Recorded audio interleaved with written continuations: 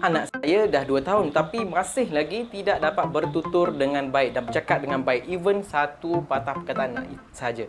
Jadi, adakah anak saya menghadapi speech delay? Jadi, pada video kali ini kita akan berbicara tentang speech delay. Bagaimana cara mengenal pasti adakah anak kita mempunyai speech delay, cara macam mana kita nak tahu tanda-tanda awal, cara stimulasi dan cara mencegah daripada berlakunya speech delay dalam kalangan kanak-kanak. Jadi stay tune, jangan lupa hit like, share dan subscribe. Stay tune guys.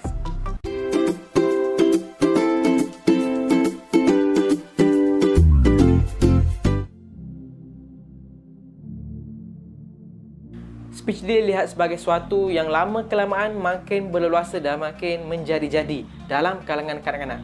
Apakah itu speech delay? Ia adalah apabila kanak-kanak tidak mampu untuk bertutur ataupun tidak mencapai tahap normal pada umur mereka, iaitu tidak mencapai tahap normal developmental milestone mereka. Jadi, kanak-kanak ini kita kategorikan sebagai speech delay. Jadi, sebelum kita tahu apakah tanda-tanda yang kita boleh katakan anak-anak ini mempunyai speech delay dan red flag dia, kita kena tahu apakah normal bagi anak-anak yang pada umurnya sekian-sekian dan apa yang mereka sepatutnya boleh cakap ataupun boleh sebut. Okey, untuk biasanya kalau dalam kebanyakan bahan rujukan pada seusia umur 4 bulan biasanya anak-anak dah boleh cooing dalam bahasanya, iaitu kanak-kanak boleh disebut sikit-sikit kan, walaupun tak ada perfect syllable tapi dia dah boleh sebut Biasanya umur 4 bulan, 5 bulan even dah boleh sebut lah benda-benda macam ni. Dan kemudian umur 6 bulan, 7 bulan biasanya anak dah boleh babbling. Itu macam tu lah. Macam tu lah lebih kurang bunyi dia kan. Seusia setahun, 12 bulan biasanya anak dah mula boleh bercakap clear satu perkataan. Ada yang lebih awal, ia bergantung kepada kanak-kanak, tapi kebanyakannya umur setahun lah. Dah boleh sebut even satu perkataan. Yang paling awalnya biasanya perkataan ibu bapa lah. Gelaran ibu bapa, mama, papa, yang mana sangat perfect lah kerana dia punya satu syllable je. Mama, papa. Biasanya tu lebih mudah untuk anak-anak. Mama. Tapi kita tahu sekarang dah canggih semua, nama pun dah makin canggih. Ia sebenarnya kadang-kadang menyukarkan sedikit anak-anak lah. Contohnya macam panggilan mami, dia jadi 2 syllable kan. Ataupun yang lagi eksotik, kalau bukan kat Malaysia pun, tapi macam kat negara macam Indonesia kan, bunda, ayahanda, which sangatlah sukar untuk anak-anak anda. Tapi kalau dekat Indonesia mungkin mereka dah praktik. Tapi kalau ikut pakar mereka sendiri pun, benda tu sebenarnya menyukarkan sebutan ataupun perkataan pertama untuk anak-anak anda yang sepatutnya jadi nama gelaran kita lah kan. Okay. Dan pada usia setahun 6 bulan, kebiasaannya dah boleh sebut 10 hingga ke 20 patah perkataan. Banyak vocab dia. Nak, susu, makan, nasi, itik, ayam, macam-macam lah. Telinga, hidung ke kan. Kemudian pada umur 2 tahun, kebiasaannya anak-anak anda dah boleh sebut 2 patah perkataan dalam satu ayat mereka lah.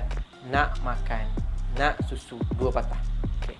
Apakah yang dimaksudkan dengan red flag?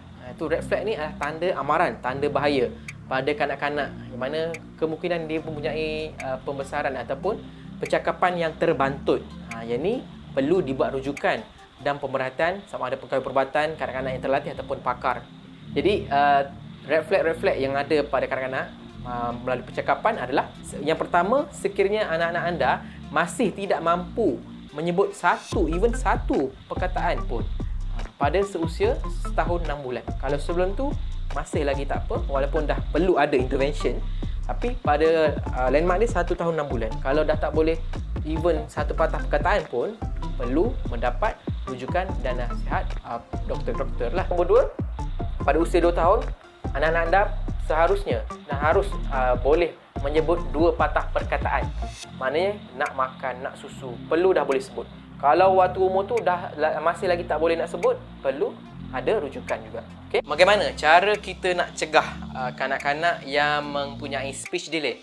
Jadi antara cara-cara pencegahan dan juga tips untuk mencegah daripada anak-anak anda mempunyai masalah speech delay adalah, pertama, pastikan anda membaca buku cerita, storytelling dan cuba bercakap dengan anak anda seawal usia yang mungkin. Maknanya pada usia, even pada baby sekalipun. Dan kemudian nombor 2, stimulasi TV juga perlu sebenarnya. Itu kita dedahkan anak-anak kepada TV. Yang mana ini adalah proven scientific data yang banyak telah menyatakan TV iaitu yang punyai stimulasi color, pergerakan, animasi semua tu sebenarnya bantu perkembangan anak anda.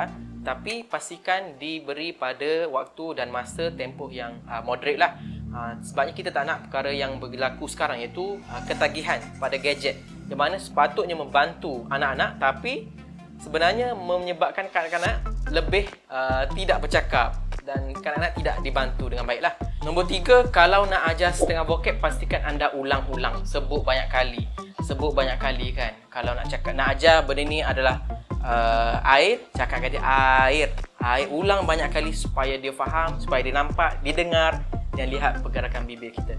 Dan nombor 4, ada setengah ibu bapa mengajar anak-anak bahasa bilingual, maknanya sama ada bahasa Melayu dan Inggeris ke, bahasa Mandarin dan Inggeris ke, anything. Tapi make sure kalau kita rasa ada kesukaran, maknanya daripada diri kita sendiri pun sukar untuk praktikkan, pastikan jangan ajar anak-anak bahasa bilingual kerana ia dapat menyebabkan anak kita mengalami kekeliruan. Tapi walaupun benda ni tak ada scientific data yang proven kalau bilingual menyebabkan anak ada speech delay, tapi kalau kita ada kesukaran, better kita fokus kepada satu bahasa saja, menyenangkan kita dan juga untuk anak-anak. Jadi masalah dalam menghadapi masalah speech delay ni, better kita confront dan intervene awal-awal masalah kanak-kanak ni, daripada kita biar dia develop sendiri. Lambat nanti dia bercakap lah tu. Tak boleh. Better kita risau dan kita buat something awal-awal. Kerana kalau kita buat something awal, lagi better outcome dia lah. Pastikan anak-anak anda diberi pemerhatian yang lebih awal. Jika perlu, bawa kepada rujukan pakar ataupun doktor yang lebih berpengalaman, supaya mereka diberi pemerhatian yang awal dan dibantu seawal yang mungkin. Jadi sebabnya tak semua speech delay adalah masalah speech delay sahaja. Ada juga masalah autism, intellectual disability dan juga lain-lain lah. Jadi itu sahaja daripada saya pada video kali ini. Sekiranya anda rasa video ini bermanfaat untuk anda, jangan lupa hit share, like dan subscribe. Semoga kita berjumpa lagi. Assalamualaikum.